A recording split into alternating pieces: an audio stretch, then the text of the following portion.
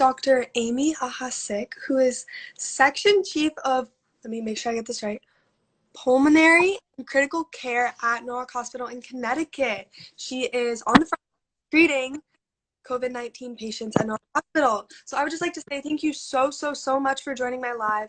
I am so thankful that you're here. I'm so thankful for everything you're doing. You're really a true helping everyone.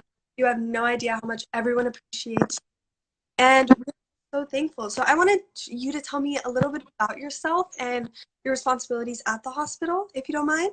Sure. Thanks so much for having us. I'm the head of the section of pulmonary and critical care medicine. So what that means is the doctors under my group treat patients with lung disease, and we also take care of all of the patients in intensive care. So for the COVID patients, that's a lot of patients who need ventilators, and we've had quite a few extra patients that we normally wouldn't have. So one of my jobs is also helping us prepare and open up new areas to take care of patients, and figure out how we can do that safely. Yeah, I also have young kids. Can you tell me how this all might be affecting your life with your kids and your family at home? Yeah, I talked to my older daughter. My daughter is a second grader, and I think she misses me, and she sees a lot of her friends whose mommies do get to be home with them, and that's really hard for her, realizing that I can't be home with her. But we're lucky that her daddy can be. But she also does understand that what I'm doing is important, and that there's a lot of sick people that need my help. My 3-year-old has no idea what's going on, but he likes to see me at the end of the day anyway. And lately he's been asking me to sing to him at nighttime, which is nice for us. Yeah. Well, I know your daughter. Can you tell me her name? Yes, she's Charlie. She's my Charlie. Well, big She knows you. set up a FaceTime call when this is over. I would love to talk to her. Love And that. what's the advice you would give to the public about the COVID-19 crisis and how to stay safe and healthy? Yeah, and I think a lot of it's the same message that you guys are spreading, which is stay at home. But for those of us who can't stay at home and need to go work, I think it's really important to remember wash your hands. It's very effective at getting rid of COVID. And if you don't have clean hands, don't touch your face, because that's really how you spread it. So outside of being able to stay at home, wash your hands, don't touch your face. I think is pretty Awesome. much great. Yeah, I mean, that's great advice, really. Thank you for everything you're doing. I heard you have another colleague, but you guys are practicing some social distancing, which we are once again very thankful for. So would you mind introducing her? Absolutely. I have with me Lindsay Sanders, who's one of our awesome ICU nurses that work with me in the intensive care unit. And I'm going to mask up and I'll let her come in. Thank Thank you. you so much. Okay, so we are getting introduced to Dr. Lindsay Sanders, and we'll be talking to her.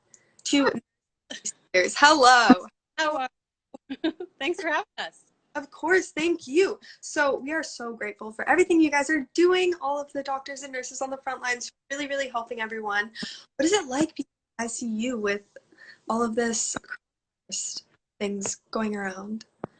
We have a lot of extra patients, and we're just caring for them. We have a second unit that we opened, so that's something that's very different.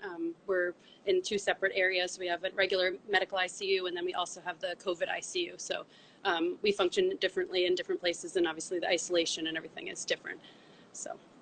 How is this affecting your family life with having to be out and at work every day? I've actually separated from my family so that I can make sure that they stay healthy and that they're not exposed to me. So I actually haven't seen my kids in about 3 weeks. So they're home with their dad, and he's doing an excellent job taking care of them and everything. But I miss them like crazy. And I FaceTime with them a lot. I think sometimes that's almost harder though, because when they see me, then they remember that they miss me. But he's doing a good job of keeping them entertained and schoolwork and working and everything. So that's the best I can do. But of course, Well, I'm like crazy. we are so thankful that you would have the sacrifices for your own family to make keeping yourself and others. We are so grateful for that. Is there any chance you could share a whole story that you've experienced throughout all of this? Yeah. Well, we've unfortunately this it starts off bad, but I promise it'll end good. We've had a couple of coworkers that have been sick, and one of our close coworkers that works with us in the intensive care unit, respiratory therapist, who's obviously deserves all of the praise as well, was really, really sick, and she ended up on a ventilator for a few days, but she is now home and almost ready to come back to work. So she was very sick. We were very, very concerned that she wasn't, going to survive, but she did, and now she's back to work, and that is definitely a very hopeful story because we couldn't do it without her. So thank you so much. We are so, once again, so grateful for everything you guys.